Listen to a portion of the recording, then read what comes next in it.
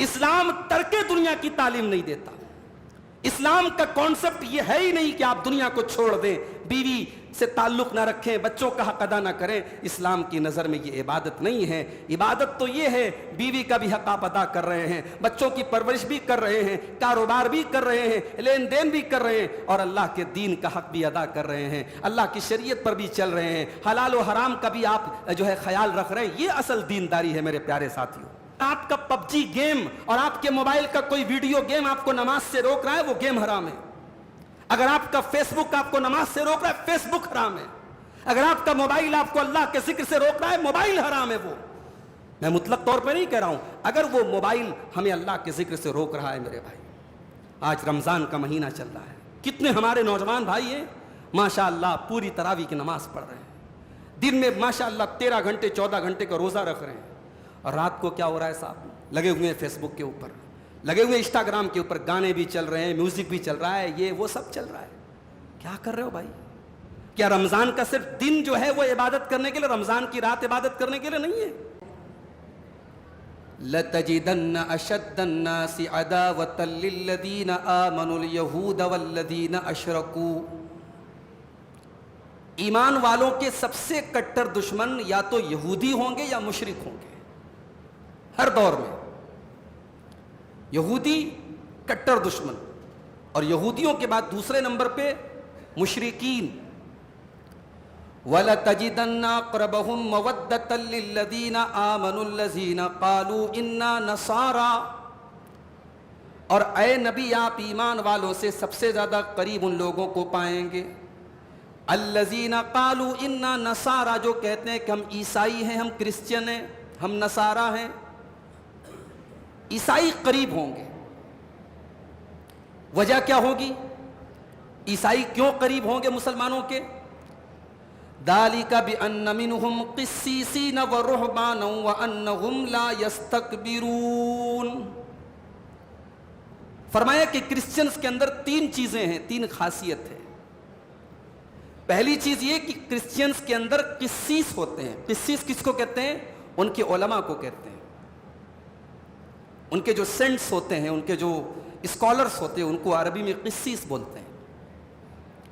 اس کا مطلب یہ ہوا کہ علم جہاں آئے گا وہاں حق سے نفرت کم ہوگی. دنیا میں جہاں جہاں حق کے خلاف دشمنی ہے, نفرت ہے, عداوت ہے, اس کی ایک بہت بڑی وجہ جہالت ہے.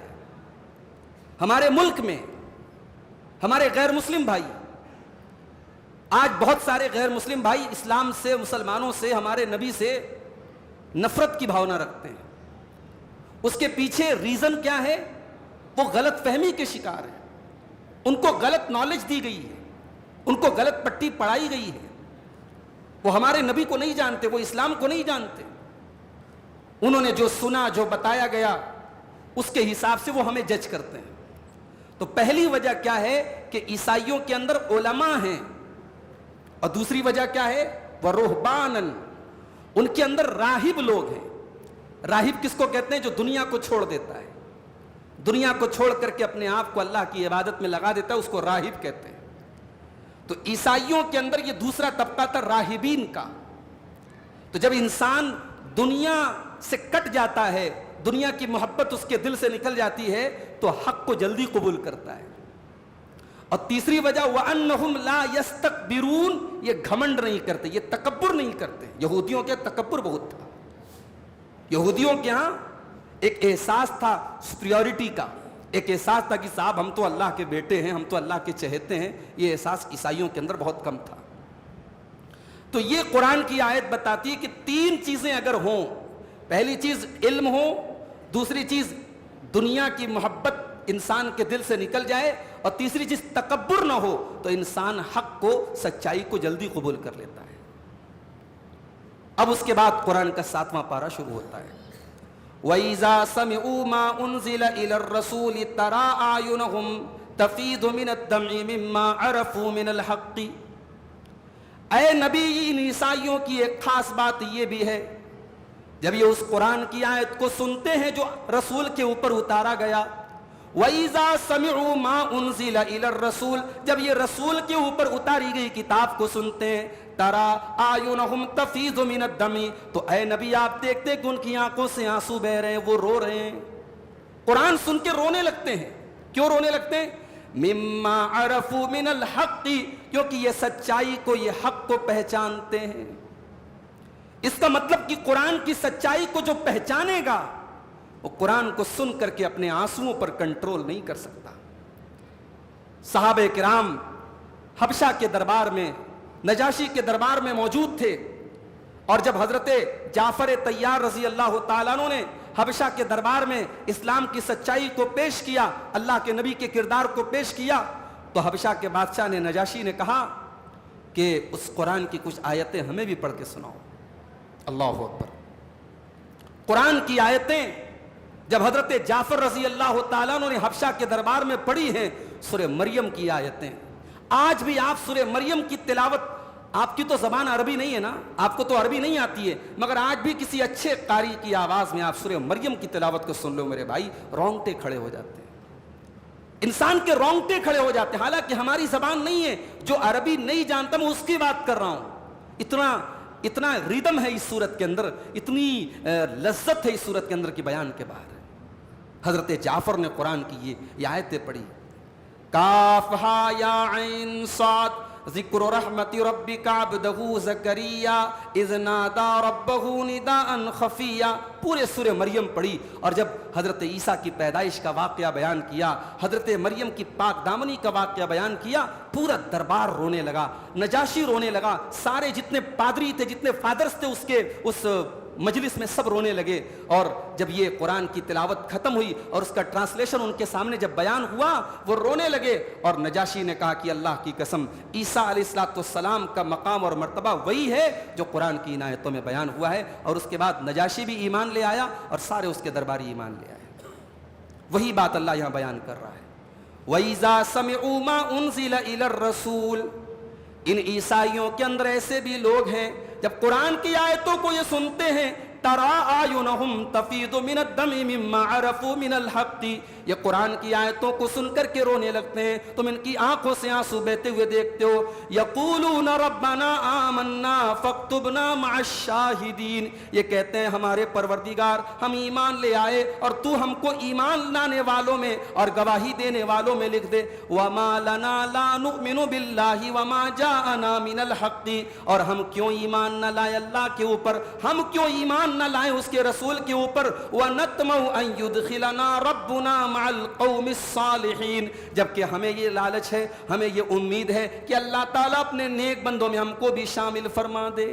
ایمان لے آئے، اور جب یہ ایمان لے آئے تو اللہ تعالیٰ کہتا ہے فَأَثَابَهُمُ اللَّهُ بِمَا قَالُوا جَنَّاتٍ تَجْرِي مِن تَحْتِهَا الْأَنْهَارُ ان کے اس کلمہ پڑھنے کی وجہ سے، ان کے ایمان لانے کی وجہ سے، ان کے توحید کا اقرار کرنے کی وجہ سے اللہ نے ان کو جنتی بنا دیا۔ اس کا مطلب یہ ہوا کہ کبھی کبھی اخلاص سے نکلا ہوا کلمہ بھی انسان کو جنت میں لے کے چلا جاتا ہے۔ کوئی عمل نہیں کیا ابھی اس نے، ان عیسائیوں نے ابھی کوئی عمل نہیں کیا، لیکن ایمان لے آئے، سچے دل سے اخلاص کے ساتھ ایمان لے آئے، تو اللہ کہہ رہا ہے کہ صرف ان کے کلمہ پڑھ لینے کی وجہ سے، ان کے توحید کا اقرار کر لینے کی وجہ سے ہم نے ان کو جنتی بنا دیا اور جنتیوں میں ان کو داخل کر دیا۔ اچھا، اب یہاں پہ جب عیسائیوں کی اللہ نے تعریف کی تو ایک کوسچن پیدا ہوا، ایک سوال پیدا ہوا کہ کیا دنیا کو چھوڑ دینا، شادی نہ کرنا، بال بچے پیدا نہ کرنا، دنیا سے کٹ جانا، یہ اچھی چیز ہے؟ اللہ تعریف کر رہا ہے اس کی، کیا یہ اچھا کام ہے؟ تو پھر بھائی تو ہم تو غلط کام کر رہے ہیں، ہم لوگ شادی بیاہ کر رہے ہیں، بچوں کی تربیت کر رہے ہیں، دنیا کے کام کر رہے ہیں، تو غلط ہو جائے گا۔ تو یہ جو ایک مس کنسپشن پیدا ہو سکتا تھا، ایک مس انڈرسٹینڈنگ پیدا ہو سکتی تھی، اللہ نے فوراً نیکسٹ آیت میں، اگلی آیت میں اس کو دور کر دیا۔ اللہ نے فرمایا یا ایھا الذین آمنوا لا تحرموا طیبات ما احل اللہ لکم اے ایمان والو، جن چیزوں کو اللہ تعالیٰ نے تمہارے لیے حلال کر دیا ہے ان چیزوں کو حرام کرنے کا تمہیں کوئی رائٹ نہیں ہے، تمہیں کوئی حق نہیں ہے کہ تم اللہ کی حلال چیزوں کو تم حرام کر دو۔ ولا تعتدوا، اور کبھی حد سے آگے نہ بڑھو. اللہ کے حلال کو حلال جانو، اللہ کے حرام کو حرام جانو. نہ حلال چیز کو حرام کرنے کی کوشش کرو، نہ حرام چیز کو حلال کرنے کی کوشش کرو.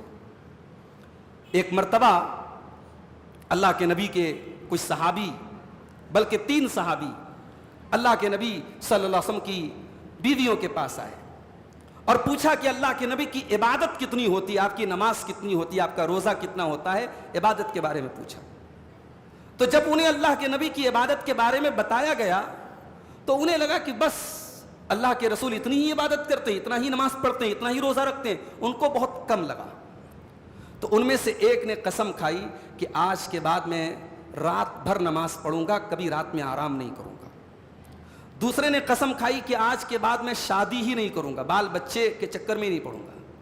تیسرے نے قسم کھائی کہ آج کے بعد میں کنٹینیو روزہ رکھوں گا، بیچ میں گیپ نہیں دوں گا، کنٹینیو روزہ رکھوں گا. تینوں نے یہ قسم کھائی. اچھا، تینوں نے قسم کیوں کھائی؟ ظاہر ہے اس کو دینداری سمجھ کر کے، اچھا کام سمجھ کر کے، ثواب کا کام سمجھ کے انہوں نے یہ قسم کھائی. اللہ کے نبی صلی اللہ علیہ وسلم کو پتا چلا. آپ نے ان تینوں کو بلوایا. آپ نے پوچھا کہ کیا تم لوگوں نے ایسا ایسا کہا ہے؟ ہاں اللہ کے نبی، ہم نے ایسا ایسا کہا ہے. آپ نے فرمایا اما انی اخشاکم للہ واتقاکم لہ. او لوگو کان کھول کر کے سن لو، میں تم میں سب سے زیادہ اللہ سے ڈرنے والا ہوں، سب سے زیادہ اللہ کا خوف میرے دل میں. وَأُصَلِّي وَأَرْقُدْ، میں رات کو نماز بھی پڑھتا ہوں اور رات کو آرام بھی کرتا ہوں. وَأَصُومُ وَأُفْطِرُ، میں روزہ بھی رکھتا ہوں اور بیچ بیچ میں افطار بھی کرتا ہوں، میں ناگا بھی کرتا ہوں، میں کنٹینیو روزہ نہیں رکھتا ہوں. وَتَزَوَّجْتُ، اور میں نے نکاح بھی کیا ہے، میری کئی بیویاں ہیں، اور یہی میرا طریقہ ہے اور یہی میری سنت ہے اور یہی میرا منہج ہے. فمن رغب عن سنتی فلیس منی، تو جو میرے طریقے سے ہٹ جائے گا وہ مجھ سے نہیں ہے. اس کا مطلب یہ ہوا اسلام ترک دنیا کی تعلیم نہیں دیتا. اسلام کا کانسیپٹ یہ ہے ہی نہیں کہ آپ دنیا کو چھوڑ دیں، بیوی سے تعلق نہ رکھیں، بچوں کا حق ادا نہ کریں. اسلام کی نظر میں یہ عبادت نہیں ہے. عبادت تو یہ ہے بیوی کا بھی حق آپ ادا کر رہے ہیں، بچوں کی پرورش بھی کر رہے ہیں، کاروبار بھی کر رہے ہیں، لین دین بھی کر رہے ہیں، اور اللہ کے دین کا حق بھی ادا کر رہے ہیں، اللہ کی شریعت پر بھی چل رہے ہیں، حلال و حرام کا بھی آپ جو ہے خیال رکھ رہے ہیں. یہ اصل دینداری ہے میرے پیارے ساتھیوں. اس لیے یہاں اللہ تعالیٰ فوراً ہمیں یہ حکم دے رہا ہے کہ اللہ کی پاک چیزوں کو تم حلال مت کرو. اس کے بعد فرمایا وَكُلُوا مِمَّا رَزَقَكُمُ اللَّهُ حَلَالًا طَيِّبًا، اللہ نے تم کو جو رزق دیا ہے اس میں سے حلال چیزوں کو کھاؤ اور پاکیزہ چیزوں کو کھاؤ. اچھا، جب حلال کہہ دیا تو الگ سے پاکیزہ کیوں کہا؟ یہ سمجھ میں آ رہی بات؟ اللہ نے کہا کہ ہم نے جو رزق دیا ہے اس میں سے حلال کھاؤ، بات ختم ہو گئی. اس کے بعد طیبن کی کنڈیشن کیوں لگائی کہ پاک چیز کھاؤ؟ بعض چیزیں ایسی ہوتی ہیں انسان ڈاؤٹ میں ہوتا ہے کہ یار یہ پتہ نہیں صحیح ہے کہ نہیں، حلال ہے کہ نہیں. حلال تو کلیئر ہے، کچھ چیزیں ڈاؤٹ والی ہوتی ہیں. ایک مومن کی ذمہ داری کیا ہے؟ وہ ڈاؤٹ والی چیزوں سے بھی بچتا ہے. جس کے بارے میں ایشورڈ ہو، جس کے بارے میں کنفرم ہو کہ ہاں یہ حلال ہے، یہ پاک ہے، اسی چیز کو کھاتا ہے. ڈاؤٹ فل چیز سے بھی مومن بچتا ہے. اسی کی طرف یہاں اشارہ کیا جا رہا ہے کہ اے ایمان والو، حلال کھاؤ اور طیب کھاؤ، پاک چیز کھاؤ، ناپاک چیز کے قریب مت جاؤ. اللہ تبارک و تعالی حلال چیزوں کو پسند کرتا ہے. اسی لیے آگے فرمایا واتقوا اللہ الذی انتم بہ مؤمنون، اس اللہ سے ڈرو جس اللہ کے اوپر تم ایمان رکھتے ہو.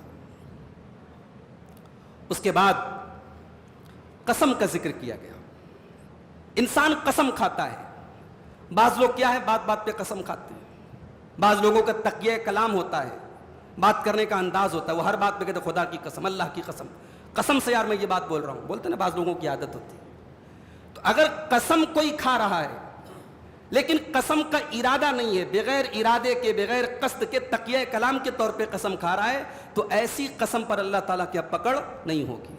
لا یؤاخذکم اللہ باللغو فی ایمانکم، اللہ تعالیٰ اس قسم کے اوپر تمہاری پکڑ نہیں کرے گا جو اننیسیسری ہو، جو لغو قسم ہو، جو غیر ضروری قسم ہو. وَلَٰكِن يُؤَاخِذُكُم بِمَا كَسَبَ بِمَا عَقَّدتُّمُ الْأَيْمَانَ، بلکہ اللہ تعالیٰ اس قسم کے اوپر تمہاری پکڑ کرے گا جو تم مضبوطی کے ساتھ کھاتے ہو. جس قسم کو کھا کر کے ہم واقعی میں اپنی بات کو اسٹرانگ بناتے ہیں, اپنی بات میں طاقت پیدا کرتے ہیں, اس قسم کی اللہ کے یہاں پکڑ ہوگی. اب مان لیجیے ہم نے کوئی قسم کھائی, اور جس چیز کی ہم نے قسم کھائی تھی کہ ہم یہ کام نہیں کریں گے وہ کر دیا ہم نے, یا ہم نے قسم کھائی کہ یہ کام کریں گے اور ہم نے نہیں کیا. یہی تو ہوتا ہے. تو اب قسم توڑ دی ہم نے, تو قسم کا کفارہ کیا ہے؟ اب اللہ قسم کا کفارہ بتا رہا ہے. فَكَفَّارَتُهُ إِطْعَامُ عَشَرَةِ مَسَاكِينَ مِنْ أَوْسَطِ مَا تُطْعِمُونَ أَهْلِيكُمْ مِنْ أَوْسَطِ مَا تُطْعِمُونَ أَهْلِيكُمْ, 10 مسکینوں کو کھانا کھلانا ہے. اور کیسا کھانا؟ جو اوسط کھانا تم کھاتے ہو, جو اپنے گھر والوں کو کھلاتے ہو, اوسط کھانا, ایوریج کھانا وہ کھلانا ہے. بہت اچھا بھی نہیں کھلانا ہے اور بہت لو کلاس کا بھی نہیں کھلانا. ایوریج کھانا جو ہم کھاتے ہیں وہ مسکین کو کھلانا ہے. اب مان لو ہم چاول کھاتے ہیں 100 روپیہ کے جی والا, اور صدقہ دینے کی بات آئی اور قسم کا کفارہ دینے کی بات آئی تو مارکیٹ میں سب سے سستا جو 30 روپیہ 35 روپیہ والا چاول ہے وہ دے. تو یہ تو غلط ہے نا بھائی. جو آپ ایوریج کھاتے ہیں وہ کھلانا ہے. او کسوتہم, یا 10 مسکینوں کو آپ کو کپڑا پہنانا ہے. او تحریر الرقبہ, یا ایک گردن آزاد کرنا ہے, ایک غلام آزاد کرنا ہے. اچھا, اسلام نے آپ دیکھیے بہت ساری چیزوں میں گردن آزاد کرنے کو اسلام نے جو ہے ایک اس کی شکل بتائی ہے. یعنی غلامی کے کانسیپٹ کو اسلام نے ختم کرنے میں بہت بڑا رول ادا کیا ہے. جو لوگ کہتے ہیں کہ صاحب اسلام نے تو غلامی کو پروموٹ کیا ہے, اسلام میں تو مردوں کو غلام اور عورتوں کو لونڈی بنانے کی اجازت ہے, ان کو قرآن کی ان آیتوں کو بھی کے اوپر بھی غور کرنا چاہیے. اس زمانے میں غلامی عام تھی, اس زمانے میں مرد غلام ہوتے تھے, عورتیں لونڈی ہوتی تھی, لیکن اسلام نے قدم قدم پہ انہیں آزاد کرنے کا حکم دیا ہے. اس کا مطلب کہ اسلام غلامی کو ختم کرنا چاہتا تھا, غلامی کو پروموٹ نہیں کرنا چاہتا تھا. تو قسم کا 3 کفارہ, 10 مسکین کو کھانا کھلا دو, یا 10 مسکینوں کو کپڑا پہنا دو, یا ایک گردن آزاد کرو. اگر ان تینوں میں سے کسی کی طاقت نہیں ہے تو اللہ نے کیا فرمایا؟ فَمَن لَّمْ يَجِدْ فَصِيَامُ 3 أَيَّامٍ, اگر اس میں سے کسی چیز کی طاقت نہیں ہے تو 3 روزے تم رکھ لیا کرو. ذَلِكَ كَفَّارَةُ أَيْمَانِكُمْ إِذَا حَلَفْتُمْ, یہی تمہاری قسم کا کفارہ ہے جب بھی تم قسم کھایا کرو. وَاحْفَظُوا أَيْمَانَكُمْ, اپنی قسم کی حفاظت کیا کرو. قسم کی حفاظت کیا کرو. قسم کھاؤ تو قسم کو نبھاؤ. قسم کو بلا وجہ توڑنا, کفارہ تو آپ دے دیں گے ہو جائے گا, مگر قسم کو بلا وجہ توڑنے سے یہ اللہ تعالیٰ کی توہین ہے. آپ اللہ کے نام کی قسم کھا رہے ہیں اور بلا وجہ قسم توڑ دے رہے ہیں, یہ مناسب نہیں. قسم ایک بڑی مضبوط چیز ہوتی ہے, اس لیے قسم کی حفاظت کرو. اچھا, اب یہاں پر ایک سوال پیدا ہوا. انسان نے قسم کھائی, اب جس چیز کی قسم کھائی اس سے بہتر آپشن سامنے آ گیا, تب کیا کرے گا؟ مان لو انسان نے قسم کھائی کہ میں اللہ کی قسم کھاتا ہوں کہ میں فروٹ کی دکان نہیں, میں مثال دے رہا ہوں, میں فروٹ کی دکان نہیں کھولوں گا. کسی نے قسم کھا لی ایسا. اب بعد میں اسے سمجھ میں آیا کہ نہیں یار, فروٹ کی دکان تو کھولنے میں فائدہ ہے, برکت ہے. تو اگر قسم جس چیز کی کھائی ہے اس کے اپوزٹ چیز میں ہمیں بہتری نظر آ رہی ہے تو اللہ کے رسول کی حدیث ہے صحیح مسلم کے اندر کہ اگر کسی نے کسی بات کی قسم کھائی فرآ غیرہا خیرا منہا, اور دیکھا کہ اس کے اپوزٹ چیز, اس کے علاوہ کوئی چیز بہتر ہے, فلیات الذی ہوا خیر, تو جو بہتر ہے وہ کام کر لے اور قسم کا کفارہ ادا کر دے. یہ اسلام نے آپ کو اجازت دی ہے کہ آپ نے جس بات کی قسم کھائی ہے اس بات کو آپ اگر اس سے بہتر آپشن مل رہا ہے تو آپ بہتر پر عمل کیجئے اور قسم کو توڑ دیجئے, قسم کا کفارہ آپ ادا کیجئے. اس کے بعد سورہ مائدہ کی وہ آیت ہمارے سامنے آتی ہے جس میں اللہ تبارک و تعالیٰ نے شراب کو حرام قرار دیا. اس کے پہلے میں نے بتایا تھا کہ شراب اکٹھے حرام نہیں ہوئی تھی, شراب 3 اسٹیپ میں حرام ہوئی تھی. اس سے ایک بات یہ بھی پتہ چلی کہ کوئی چیز جب سماج میں بہت رائج ہو جاتی ہے تو اس کو توڑنا ایک دم اکٹھے آسان نہیں ہوتا ہے. کوئی چیز جب سماج کا ایک حصہ بن جائے, سماج کا کلچر کا ایک حصہ بن جائے تو اس کو اسٹیپ بائی اسٹیپ توڑنا چاہیے, کوشش کرنی چاہیے کہ پہلے اس کی عادت چھوٹ جائے.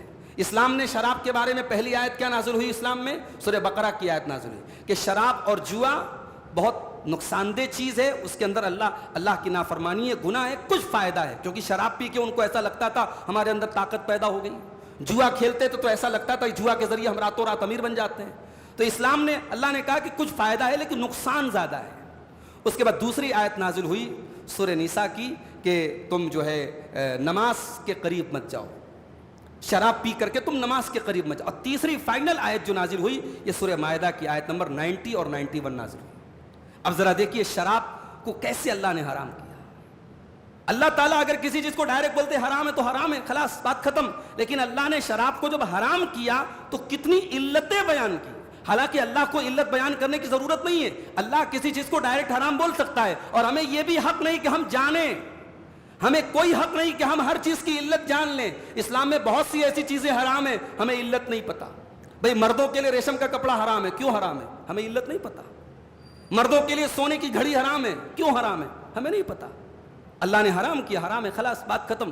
تو اللہ اگر علت بتا دے, ریزن بتا دے تو اچھی بات ہے, نہیں بتائے تو ہمیں تو ماننا ہے نا. شراب کو جب اللہ نے حرام کیا تو کتنی ریزنز بتائی. یا ایھا الذین آمنوا انما الخمر والمیسر والانصاب والازلام, 4 چیزوں کا نام لیا اللہ نے. اے ایمان والو, بے شک شراب, جوا, والازلام اور قسمت کا حال معلوم کرنے کے لیے جو تم تیر چلاتے ہو, والانصاب اور جن آستانوں کے اوپر, جن بتوں کے اوپر تم غیر اللہ کی عبادت کرتے ہو, یہ تمام کی تمام چیزیں رجسن, گندی چیزیں ہیں, من عمل الشیطان, یہ شیطان کے کام ہیں. فاجتنبوہ, تم ان سے بچو, لعلکم تفلحون, تاکہ تم کامیاب ہو جاؤ.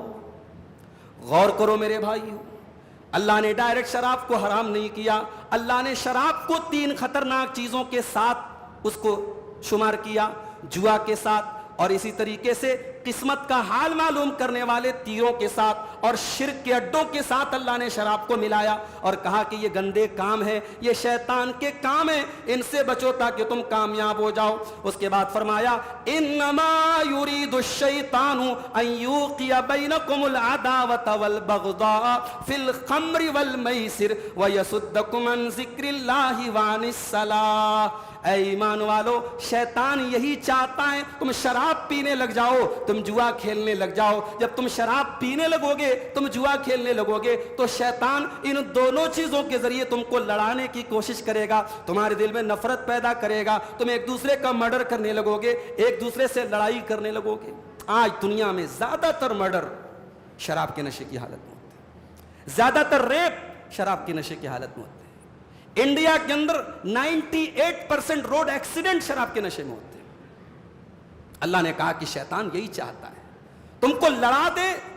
ایک پرپس تو یہ تم کو لڑا دے, نفرت پیدا کر دے, اور دوسرا پرپس کیا ہے, وَيَصُدَّكُمْ عَنْ ذِكْرِ اللَّهِ وَعَنِ الصَّلَاةِ. شیطان تم کو اللہ کے ذکر سے روکنا چاہتا ہے, اور جب اللہ کے ذکر سے روکنا چاہتا ہے تو اللہ کا سب سے بڑا ذکر نماز ہے. شیطان تم کو نماز سے روکنا چاہتا ہے. جب تم شراب پیو گے تو نماز کی پابندی تم کیسے کر پاؤ گے. فَهَلْ أَنْتُمْ مُنْتَهُونَ. تو اے ایمان والو, اب بتاؤ کہ تم اب شراب پینا بند کرو گے یا نہیں کرو گے. گٹکھا کھانے والے ہمارے بھائی جو گٹکھا کھاتے ہیں, اللہ ان کے اوپر رحم فرمائے, اللہ ہدایت دے. گٹکھا کے پیکٹ پہ خطرناک قسم کا جو ہے وہ پھیپڑے کی تصویر بنی ہوتی ہے, اور کیا لکھا رہتا ہے, ٹوبیکو کازز کینسر. تمباکو کے استعمال سے کینسر ہوتا ہے. اچھا, گورنمنٹ آف انڈیا اس تمباکو یا اس گٹکھا کے پیکٹ پر چھپوا رہی ہے کہ صاحب اس سے کینسر ہوتا ہے. ٹی وی کے اوپر بڑے بڑے ایڈ آتے ہیں کہ صاحب تمباکو کے استعمال سے کینسر ہوتا ہے, مگر گٹکھا کمپنی کو لائسنس بھی گورنمنٹ آف انڈیا دے رہی ہے. سگریٹ اور بیڑی کی کمپنی کو لائسنس بھی انڈین گورنمنٹ دے رہی ہے. یہ حال ہے ہمارے سرکاروں اور ہماری حکومتوں کا, اور یہاں کوئی گورنمنٹ نہیں ہے, کوئی پاور کا یوز نہیں ہے, کوئی ایڈورٹیزمنٹ نہیں ہے, کوئی بورڈنگ نہیں لگائی, کوئی ہورڈنگ نہیں لگائی گئی. قرآن کی آیت اتری اور اللہ نے اپنے نبی کے صحابہ سے کہا کہ اے میرے نبی کے صحابہ, اے ایمان والو, شراب اتنی گندی چیز ہے, اب تم بتاؤ تم باز آؤ گے کہ نہیں باز آؤ گے. یہ جب آیت نازل ہوئی, حضرت انس کہتے ہیں کہ ہم لوگ گھر میں کھانا کھا رہے تھے اور شراب کی بوتل رکھی تھی وہیں پہ دسترخوان کے اوپر. میرے باپ نے کہا, ابو طلحہ ان کے سوتیلے باپ تھے, کہا بیٹا لے جا اس کو, جا کے نالی میں پھینک دے, گلی میں پھینک دے. حضرت انس کہتے ہیں میں جب شراب کی بوتل کو گلی میں لے کے پہنچا, فجرت فی سکک المدینہ, میں نے دیکھا کہ مدینہ کی گلیوں میں شراب پانی کی طرح بہ رہی ہے. اللہ اکبر. ظاہر ہے بھئی قیمت سے خرید کے لائے ہوں گے نا صحابہ, فری میں تو نہیں ملتی تھی. قیمت سے خرید کے لائے تھے، مگر قرآن کی جب یہ آیت نازل ہوئی صحابہ نے ایک رتی برابر یہ نہیں سوچا یہ پیسے کی خرید کے لائے، چلو جتنی ہے اتنی پی لیتے ہیں بعد میں دیکھا جائے گا۔ قرآن کی آیت نازل ہوئی کہ اے ایمان والو شراب حرام ہے، مدینہ میں شراب کی گلیاں بہہ گئی، اور ایک رتی برابر کسی نے اپنے گھر میں شراب کو رکھنا تو دور، شراب کے برتنوں کو صحابہ نے جس گھڑے میں شراب پیتے تھے، جس گلاس میں جس بوتل میں شراب پیتے تھے اس کو نکال کے پھینک دیا۔ کوئی ایڈورٹیزمنٹ نہیں، کوئی پولیس کی سختی نہیں، کوئی ایکشن نہیں، کوئی پرچار نہیں، یہ ایمان کی طاقت تھی میرے بھائی، یہ رب کے فرمان کی طاقت تھی، یہ اسلام نے اس طریقے سے دلوں کو کنٹرول کیا تھا۔ قرآن کی ایک آیت اترتی ہے اور شراب اس طریقے سے حرام ہو جاتی ہے اور شراب مدینہ کی گلیوں میں بہہ جاتی ہے۔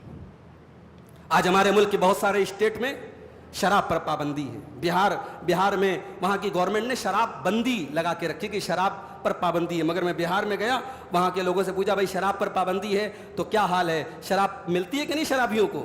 تو کہا کہ مولانا صاحب پہلے سے زیادہ ملتی ہے، پہلے سے زیادہ ملتی ہے، پہلے کھلے عام ملتی تھی، اب جو ہے ٹیبل کے نیچے مل رہی ہے، شٹر بند کر کے مل رہی ہے۔ یہ حال ہے ہمارے ملکوں کا۔ تو ہمارے مذہب میں شراب حرام ہے میرے بھائی، اور غور کیجئے نماز اور شراب میں جو تعلق اور ریلیشن ہے، شراب کے بارے میں اللہ نے کہا کہ یہ نماز سے روکتی ہے، اللہ کے ذکر سے روکتی ہے، اور نماز کے بارے میں اللہ نے کیا کہا؟ ان الصلاۃ تنہا عن الفحشاء والمنکر، بے شک نماز بے حیائی سے برے کاموں سے روکتی ہے۔ اس کا مطلب یہ ہوا کہ نماز ساری عبادتوں کی ماں ہے اور شراب ساری برائیوں کی ماں ہے، ساری برائیوں کی جڑ شراب ہے اور ساری عبادتوں کی جو بنیاد ہے وہ نماز ہے۔ اور ایک نقطہ یہ بھی پتہ چلا کہ شراب کو اللہ حرام کہہ رہا ہے تو کہہ رہا ہے کہ شراب نماز سے روکتی ہے۔ اس کا مطلب اگر آپ کا پب جی گیم اور آپ کے موبائل کا کوئی ویڈیو گیم آپ کو نماز سے روک رہا ہے وہ گیم حرام ہے۔ اگر آپ کا فیس بک آپ کو نماز سے روک رہا ہے فیس بک حرام ہے۔ اگر آپ کا موبائل آپ کو اللہ کے ذکر سے روک رہا ہے موبائل حرام ہے۔ وہ میں مطلق طور پہ نہیں کہہ رہا ہوں، اگر وہ موبائل ہمیں اللہ کے ذکر سے روک رہا ہے میرے بھائی۔ آج رمضان کا مہینہ چل رہا ہے، کتنے ہمارے نوجوان بھائی ہیں ماشاء اللہ پوری تراویح کی نماز پڑھ رہے ہیں، دن میں ماشاء اللہ 13 گھنٹے 14 گھنٹے کا روزہ رکھ رہے ہیں، اور رات کو کیا ہو رہا ہے صاحب؟ لگے ہوئے ہیں فیس بک کے اوپر، لگے ہوئے انسٹاگرام کے اوپر، گانے بھی چل رہے ہیں، میوزک بھی چل رہا ہے، یہ وہ سب چل رہا ہے۔ کیا کر رہے ہو بھائی؟ کیا رمضان کا صرف دن جو ہے وہ عبادت کرنے کے لیے، رمضان کی رات عبادت کرنے کے لیے نہیں ہے؟ اور عبادت نہیں کر سکتے کم سے کم آرام سے سو جاؤ بھائی، اس دن کی عبادت پر پانی تو مت پھیرو۔ یہ ہو رہا ہے آج میرے بھائی۔ تو جو چیز ہمیں اللہ کے ذکر سے غافل کر دے وہ چیز ہمارے لیے حرام ہے، قرآن کی سائے سے پتہ چلا۔ آگے بڑھیے،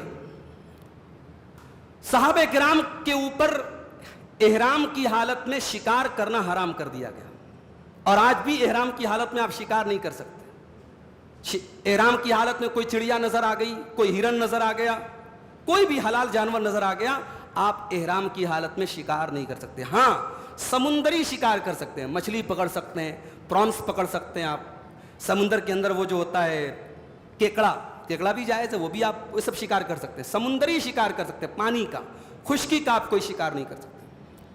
اب صحابہ کرام اس دور میں احرام میں نکلتے تھے، ظاہر ہے اس زمانے میں آج کا مکہ تو تھا نہیں، آج کا تو شہر مکہ تھا نہیں، اس زمانے میں جنگل تھے۔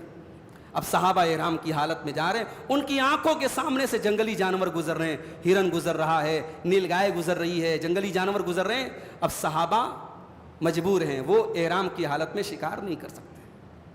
اب یہ بہت بڑی آزمائش تھی صحابہ کی، کیونکہ شکار کے اوپر ان کی زندگی کا دار و مدار تھا، ان کی زندگی ڈیپینڈ تھی، وہ شکار کر کے کھاتے پیتے تھے۔ اب احرام کی حالت میں اللہ نے منع کر دیا، شکار نہیں کر سکتے۔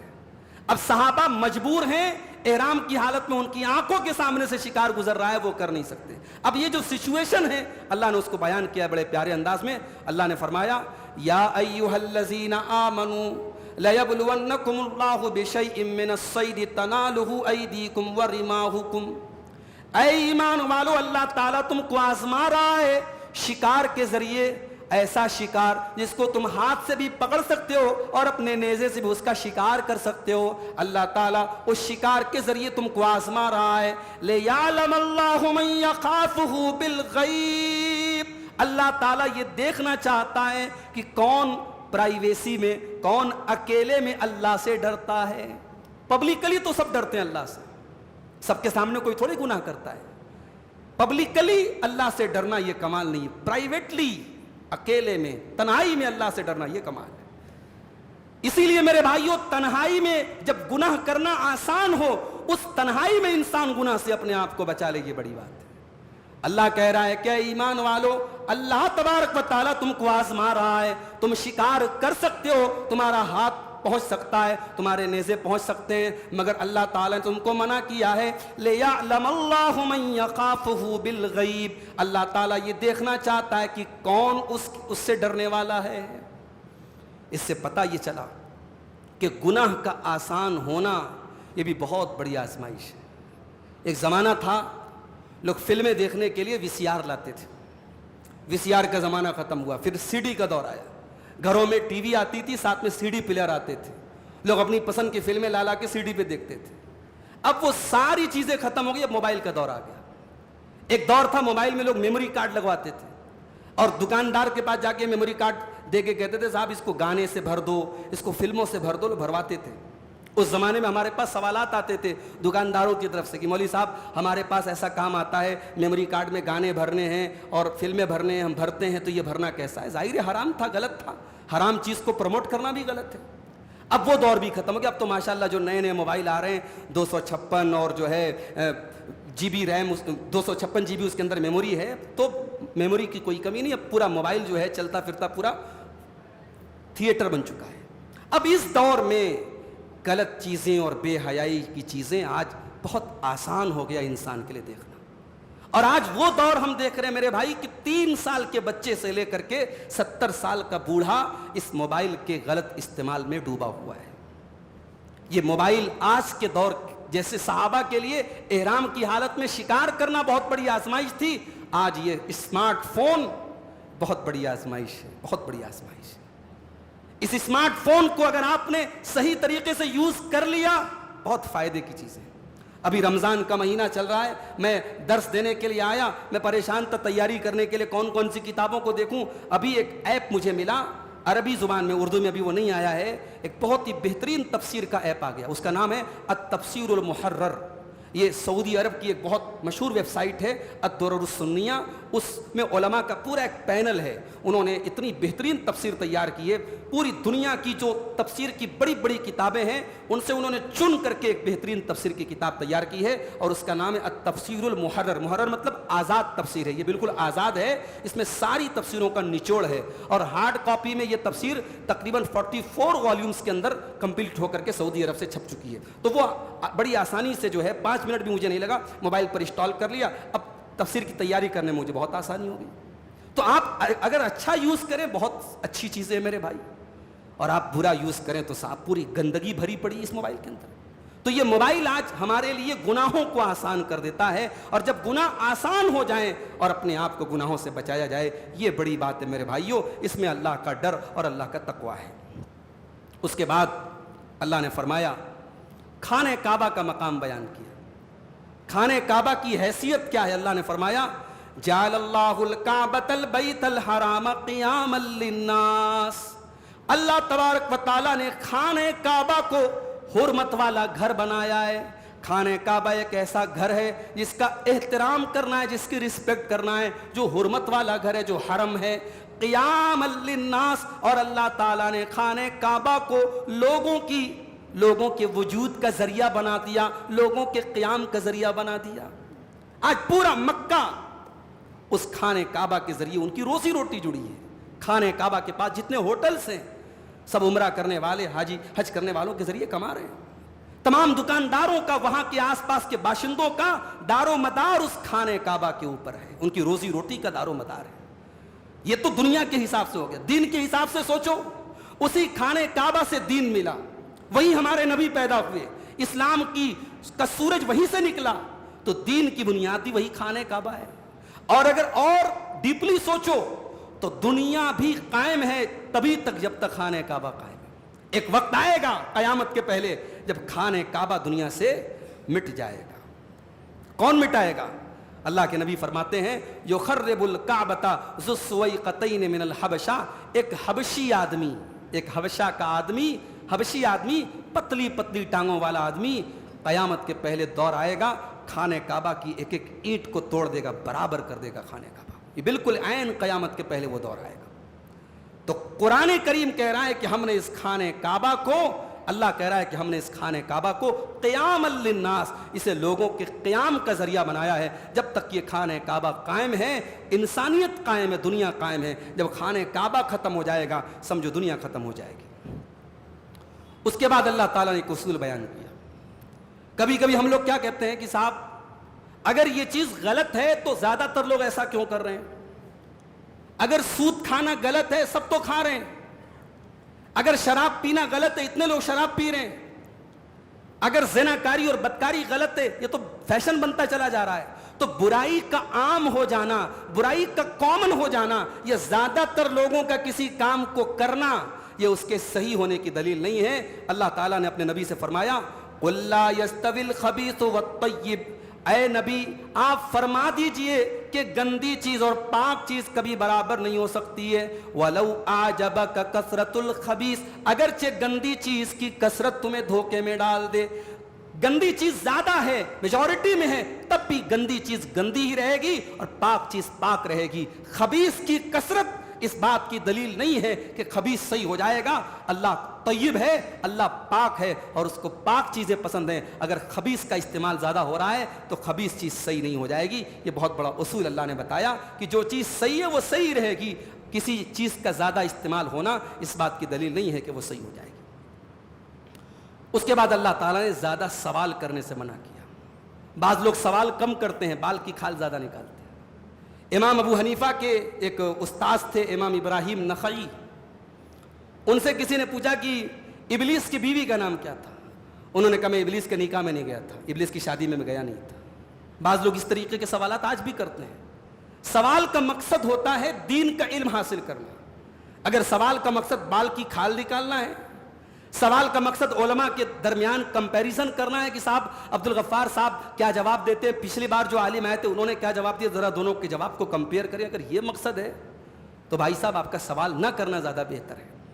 اللہ کے نبی کے دور میں بعض صحابہ نے ایسا سوال کر لیا جو سوال مناسب نہیں تھا، اور وہ سوال بھی ایسے دور میں ہو رہا ہے جب قرآن اتر رہا ہے، اور قرآن جب اتر رہا ہے تو ایک ایک بات پانی دودھ اور پانی کی طرح کلیئر ہو جائے گی.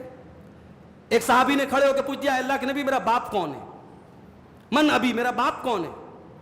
تو اللہ تعالیٰ نے قرآن کی آیت نازل کی یا ایھا الذین آمنوا لا تسألوا عن اشیاء ان تبد لکم تسؤکم، اے ایمان والو ایسی چیزوں کے بارے میں تم سوال نہ کرو کہ اگر کھول دیا گیا تو تم کو برا لگ جائے گا. وَإِن تَسَأَلُوا عَنْهَا حِينَ يُنَزَّلُ الْقُرْآنُ، اور اے ایمان والو اگر قرآن کے اترنے کے ٹائم، قرآن اترتے وقت اگر تم نے ان سوالوں کو پوچھ لیا تبد لکم، تو ان کا جواب دے دیا جائے گا اور تم شرمندگی میں پڑ جاؤ گے.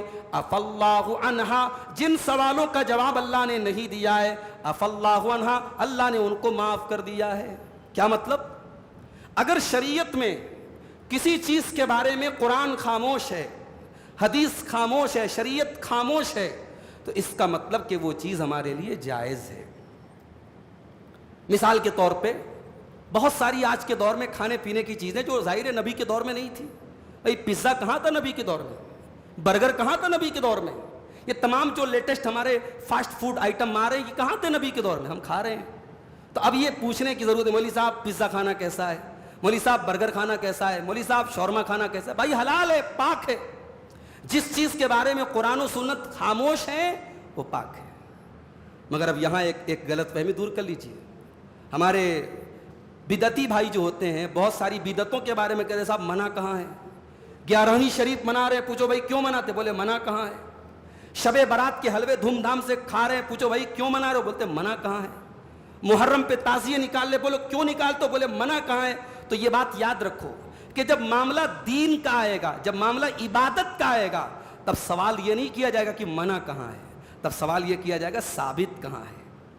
تب یہ پوچھا جائے گا اس کو مینشن کہاں کیا گیا ہے، اس کا ذکر کہاں ہے. اور جب مسئلہ کھانے کا آئے گا، جب مسئلہ پینے کا آئے گا، جب مسئلہ پہننے کا آئے گا، تب یہ پوچھا جائے گا منع کہاں ہے. کوئی بھی کپڑا آپ پہن سکتے ہیں، شریعت کی ٹرم اینڈ کنڈیشن اس میں پوری ہونی چاہیے. مرد کا کپڑا ہے ٹخنے کے اوپر ہونا چاہیے, پینٹ پہنو اور جو ہے یہ لوور پہنو, پائجامہ پہنو, لنگی پہنو, کچھ بھی پہنو بھائی, جائز ہے. ہاں کوئی ایسا کپڑا نہ ہو جو عورتوں سے مشابہت رکھتا ہو.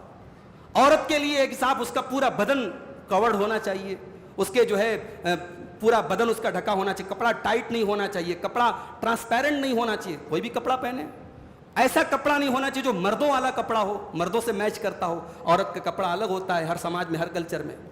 تو کھانے پینے اور پہننے کی جہاں بات آئے گی وہاں سوال یہ کیا جائے گا کہ منع کہاں ہے. اس کے بعد ایک بہت بڑی نصیحت کی اللہ تبارک و تعالیٰ نے کہ جب آپ ایسا دور دیکھیے جب برائی ہر طرف پھیل رہی ہے تو اس دور میں آپ کیا کریں گے. برائی ہر طرف ہو رہی ہے تو اس دور میں آپ کیا کریں گے؟ آپ اپنی فکر کریں گے. یا ایھا الذین آمنوا علیکم انفسکم لا یضرکم من ضل اذا اہتدیتم. اے ایمان والو اپنی فکر کرو, جو گمراہ لوگ ہیں ان کی گمراہی کا تمہیں کوئی نقصان نہیں پہنچے گا. اذا اہتدیتم, جب تم ہدایت کے راستے پر چلتے رہو گے. اگر تم صحیح راستے پر ہو تو جو لوگ غلط راستے پر ہیں ان کے غلط راستے پر چلنے سے تمہارا کوئی نقصان ہونے والا نہیں ہے. مگر یہ بات یاد رکھو کہ قرآن کی اس آیت کا قطعاً یہ مطلب نہیں ہے کہ آدمی برائی سے نہ روکے, آدمی نیکی کا حکم نہ دے. کیوں؟ اس لیے کہ اللہ نے پہلے ہی کہہ دیا کہ جب تم ہدایت کے راستے پر ہو تو دوسروں کی گمراہی سے تمہیں کوئی فرق نہیں پڑے گا. اور انسان ہدایت کے راستے پر کب رہے گا؟ جب وہ یہ ذمہ داری ادا کر دے گا. آپ نے برائی سے روک دیا, آپ نے بھلائی کا حکم دے دیا, آپ نے صحیح کیا ہے بتا دیا, آپ نے غلط کیا ہے بتا دیا. اب اس کے بعد بھی کوئی نہیں مانتا ہے تو بھائی ٹھیک ہے, السلام علیکم, آپ اپنا کام کیجئے, وہ اپنا کام کرے, اس کی گمراہی سے آپ کا کچھ نہیں بگڑے گا. یہ اس بات کی دلیل نہیں ہے کہ آپ غلط ہوتا ہوا دیکھیں اور آپ چپ چاپ سے بیٹھے رہے صاحب میں تو صحیح راستے پر ہوں. ہاں آپ نے روک دیا, آپ نے اپنی رسپانسبلٹی پوری کر دی. اب اس کے بعد اگر کوئی وہ کام کر رہا ہے تو آپ سے کوئی مطلب نہیں ہے. اس کے بعد اللہ تعالیٰ نے قیامت کے دن کا نقشہ کھینچا ہے. ہائے ہائے ہائے, قیامت کا دن کیسا دن ہوگا میرے بھائی. اس دن کی ہولناکی کا نقشہ کھینچا ہے اللہ نے. یوم یجمع اللہ الرسل فیقول ماذا اجبتم قالوا لا علم لنا انک انت علام الغیوب. قیامت کے دن اللہ تعالیٰ سارے رسولوں کو اکٹھا کرے گا, سارے نبیوں کو اللہ تعالیٰ اکٹھا کرے گا اور سارے نبیوں سے سوال کرے گا ماذا اجبتم, اے میرے نبیوں تمہاری قوم نے تم کو کیا جواب دیا. قالوا لا علم لنا, کہیں گے اے اللہ ہم کو کچھ بھی نہیں پتا. کیا یہ سچ ہے کہ حضرت نوح علیہ السلام کو نہیں پتا ان کی قوم نے ان کی بات مانی کہ نہیں مانی؟ کیا شعیب علیہ السلام کو نہیں پتا؟ کیا یونس علیہ السلام کو نہیں پتا؟ کیا موسیٰ علیہ السلام کو نہیں پتا؟ سارے نبیوں کو پتا ہے. مگر قیامت کے دن کی سختی کا یہ عالم ہوگا, ان کی زبان نہیں چلے گی اللہ کی بارگاہ میں, کہیں گے لا علم لنا, اللہ ہم کو کچھ نہیں معلوم. انک انت علام الغیوب, اے اللہ تو تو غیب کی باتوں کو جاننے والا ہے. اے اللہ جو لوگ ہمارے اوپر ایمان لائے ہم تو ظاہر کی بات جانتے ہیں, ہم تو دل کی باتوں کو نہیں جانتے. اے اللہ کیا پتا کہ ان کے دل میں کیا تھا, ان کی نیتوں میں کیا تھا. اے اللہ لا علم لنا, ہمیں کچھ بھی نہیں پتا. انک انت علام الغیوب, اے اللہ تو تو غیب کی باتوں کو جاننے والا ہے. یہ ہوگا قیامت کا دن کہ بڑے بڑے انبیاء کرام اور اللہ کے رسول بھی اللہ کی بارگاہ میں بول نہیں پائیں گے, ان کی زبان نہیں چلیں گی اور کہیں گے لا علم لنا, اے اللہ ہم کو کچھ نہیں پتا. اس کے بعد حضرت عیسیٰ علیہ السلام کی ایک دعا بیان کی گئی. عیسیٰ علیہ السلام اللہ سے دعا کر رہے ہیں. کیا دعا کرتے ہیں؟ ان تعذبہم فإنہم عبادک, اے اللہ اگر تو ان کو عذاب دے گا تو یہ تو تیرے بندے ہیں. وَإِن تَغْفِرْ لَهُمْ فَإِنَّكَ أَنْتَ الْعَزِيزُ الْحَكِيمُ, اور اے اللہ اگر تو ان کو معاف کر دے گا تو تو طاقتور ہے, تو حکمت والا ہے, تو زیادہ بہتر جانتا ہے کس کو معاف کرنا ہے کس کو نہیں کرنا ہے. اے اللہ تو تیری مرضی ہے, تو جس کو چاہے عذاب دے, تو جس کو چاہے چھوڑ دے. یہ قیامت کے دن حضرت عیسیٰ علیہ السلام اللہ کی بارگاہ میں جب اللہ تعالیٰ بڑے غصے میں ہوگا, غضبناک ہوگا, اس سچویشن میں حضرت عیسیٰ یہ دعا کریں گے. بخاری شریف کی حدیث ہے کہ جب قرآن کی اس آیت کو اللہ کے نبی پڑھتے ہیں, ہمارے پیارے نبی صلی اللہ علیہ وسلم پڑھتے ہیں, تو اللہ کے نبی رونے لگتے ہیں, آپ کی آنکھوں سے آنسو بہنے لگتے ہیں اور آپ رونے لگتے ہیں اور کہتے ہیں کہ اللہم امتی, اے اللہ عیسیٰ نے تو اپنی امت کے لیے دعا کر لی, ابراہیم نے اپنی امت کے لیے دعا کر لی, اے اللہ میری امت کا کیا ہوگا, محمد الرسول اللہ کی امت کا کیا ہوگا. اللہ کے نبی رونے لگتے ہیں اور جبریل علیہ السلام آ کر کے پوچھتے ہیں ماں یبکی کا, کیوں رو رہے ہیں آپ؟ حالانکہ اللہ کو سب پتہ ہے, لیکن اللہ اپنے نبی کی زبان سے کہلوانا چاہتا ہے. اللہ کے نبی کہتے ہیں میں اپنی امت کے انجام کے بارے میں سوچ کے رو رہا ہوں. قربان جاؤ میرے بھائی, اس نبی کی سنتوں کو آج ہم پیروں تلے مسل دیتے ہیں. اس نبی کے طریقے کو چھوڑ کر امت کا ایک بڑا طبقہ آج بدعات اور خرافات میں مبتلا ہے. اس نبی کی شریعت سے ہم دور ہیں, اس نبی کے دین سے ہم دور ہیں.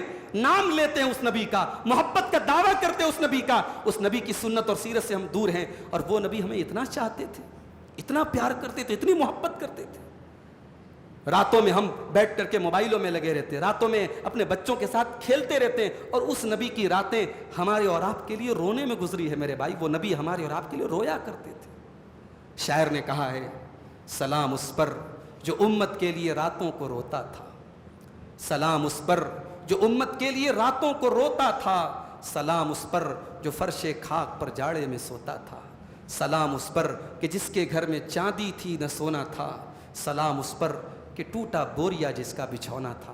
میرے بھائیوں, وہ نبی ہم سے بے انتہا محبت کرتے تھے. کہا اے اللہ میری امت کا کیا ہوگا, میری آنکھوں میں آنسو ہے میری امت کے لیے, میں رو رہا ہوں اپنی امت کے لیے.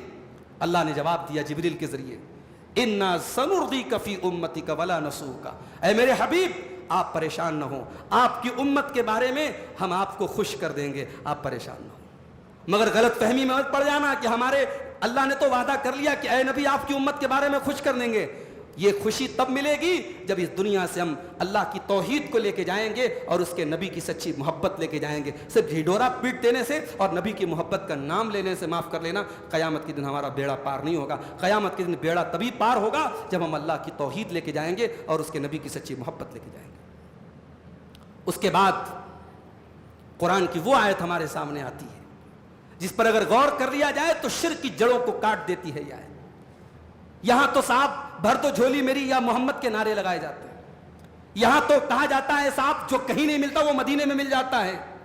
یہاں تو کہا جاتا ہے کہ حاجیوں کعبہ تو دیکھ آئے, اب آ جاؤ کعبے کا کعبہ دیکھ لو. گویا کہ کعبے کو بھی ڈیگریڈ کیا جاتا ہے, اللہ کے رسول کا مقام بیان کرتے ہوئے اللہ کو نعوذ باللہ ڈیگریڈ کیا جاتا ہے. قرآن کی اس آیت کو سمجھ لو میرے بھائی تو عقیدہ صحیح ہو جائے گا. شرک کی جڑوں کو کاٹ دیتی ہے قرآن کی آیت. اللہ نے فرمایا وَإِن يَمْسَسْكَ اللَّهُ بِضُرٍّ فَلَا كَاشِفَ لَهُ إِلَّا هُوَ, اے نبی اگر اللہ تعالیٰ آپ کو کوئی تکلیف پہنچانا چاہے تو کائنات میں کوئی اس کو دور کرنے والا نہیں اللہ کے سوا. اللہ کے سوا اس تکلیف کو کوئی دور نہیں کر سکتا. وَإِن يَمْسَسْكَ بِخَيْرٍ فَهُوَ عَلَى كُلِّ شَيْءٍ قَدِيرٌ, اور اے میرے نبی اگر اللہ تعالیٰ آپ کو کوئی بھلائی پہنچانا چاہے تو اللہ تو ہر شے پر قادر ہے. اللہ کو کون روکنے والا ہے, اللہ کو کون ٹوکنے والا ہے. اللہ ہی خیر پہنچاتا ہے اور اللہ تبارک و تعالیٰ کے ہاتھ میں ہی نفع اور نقصان ہے. قرآن کی آیت کے ہونے کے باوجود اگر کوئی نبی کے بارے میں یہ عقیدہ رکھتا ہے, کسی ولی کے بارے میں یہ عقیدہ رکھتا ہے کہ وہ نفع اور نقصان کا مالک ہے میرے بھائی, تو قرآن کی آیت کے ساتھ وہ کھلواڑ کر رہا ہے اور قرآن کی آیت کو وہ نہیں مانتا ہے. اب آئیے آخری آیت ہم سنا کر کے آپ کے سامنے بات ختم کرتے ہیں. اللہ کے علم کا اندازہ ذرا قرآن کی آیت سے لگائیے. وَعِندَهُ مَفَاتِحُ الْغَيْبِ لَا يَعْلَمُهَا إِلَّا هُوَ, اللہ ہی کے پاس غیب کی کنجیاں اور غیب کی چابیاں ہیں اور اللہ تبارک و تعالیٰ ہی غیب کی تمام باتوں کو جانتا ہے. وَيَعْلَمُ مَا فِي الْبَرِّ وَالْبَحْرِ, اور زمین کے اوپر کیا ہو رہا ہے اور پانی کے اندر کیا ہو رہا ہے اللہ کو سب پتہ ہے. وَمَا تَسْقُطُ مِن وَرَقَةٍ إِلَّا يَعْلَمُهَا, اور کائنات میں اگر کوئی ایک پتا بھی گرتا ہے تو اللہ کو اس پتے کے بارے میں بھی معلوم ہے. وَلَا حَبَّةٍ فِي ظُلُمَاتِ الْأَرْضِ, اور زمین کی تاریکیوں کے اندر کوئی اناج کا دانہ بھی اگر موجود ہوتا ہے. وَلَا رَطْبٍ وَلَا يَابِسٍ, اور کوئی سوکھی چیز ہے اور کوئی گیلی چیز ہے. إِلَّا فِي كِتَابٍ مُبِينٍ, وہ اللہ تعالیٰ کی کتاب مبین کے اندر اس کا بھی ذکر موجود ہے. اللہ کے لوح محفوظ کے اندر اس کو بھی مینشن کر دیا گیا ہے. اب ذرا غور کرو میرے بھائی, جس اللہ کے علم اور نالج کا یہ حال ہے کہ کائنات میں اگر ایک پتا بھی گرتا ہے تو اللہ اس کو جانتا ہے. جب دنیا کے کسی کونے میں اللہ کا کوئی بندہ رات کے سناٹے میں اللہ کی بارگاہ میں آنسو بہاتا ہے تو جو اللہ کائنات میں گرنے والے پتوں کو جانتا ہے اس بندے مومن کی آنکھوں سے گرنے والے آنسوؤں کو اللہ نہیں جانے گا؟ جو اللہ کائنات کے ایک پتے کے گرنے سے واقف ہے، وہ ایک ایمان والے کے آنکھوں سے گرنے والے آنسو کو بھی جانتا ہے میرے بھائی۔ اس لیے لگانا ہے تو اس اللہ سے لو لگاؤ، آنسو بہانا ہے تو اس اللہ کی بارگاہ میں بہاؤ۔ اس اللہ کی بارگاہ میں جو آنسو گریں گے انشاءاللہ وہ آنسو ویسٹ نہیں جائیں گے، وہ آنسو بیکار نہیں جائیں گے، ان آنسوؤں کو اللہ تبارک و تعالیٰ کے ہاں بڑی قیمت حاصل ہے۔ اللہ کے نبی فرماتے ہیں کہ دو قسم کے قطرے ایسے ہیں جو جہنم کی آگ میں نہیں جائیں گے، قطرۃ دم تحرق فی سبیل اللہ، ایک وہ خون کا قطرہ ہے جو اللہ کی راہ میں گرتا ہے، اور وہ قطرۃ دموع من خشیت اللہ، اور ایک وہ آنسو کا قطرہ ہے جو اللہ کے خوف سے کسی کی آنکھ سے نکلتا ہے۔ میرے پیارے ساتھیوں، جس اللہ کے علم اور پاور کا یہ حال ہے کہ کائنات کے ہر پتے سے واقف ہے، وہ اللہ ہمارے دلوں سے بھی واقف ہے اور ہماری آنکھوں سے گرنے والے آنسو سے بھی واقف ہے۔ تو یہ 7ویں پارے کی چند آیتوں کی تفسیر تھی۔ اللہ سے دعا کیجئے رب العالمین ہمیں قرآن کریم کے ساتھ اپنا تعلق مضبوط کرنے کی توفیق عطا فرمائے، اور قرآن کی آیتوں میں جو ہمیں باتیں بتائی گئی ہیں اللہ ان پر ہم سب کو عمل کرنے کی توفیق عطا فرمائے۔ آمین۔ وآخر دعوانا الحمدللہ رب العالمین، والسلام علیکم ورحمۃ اللہ وبرکاتہ۔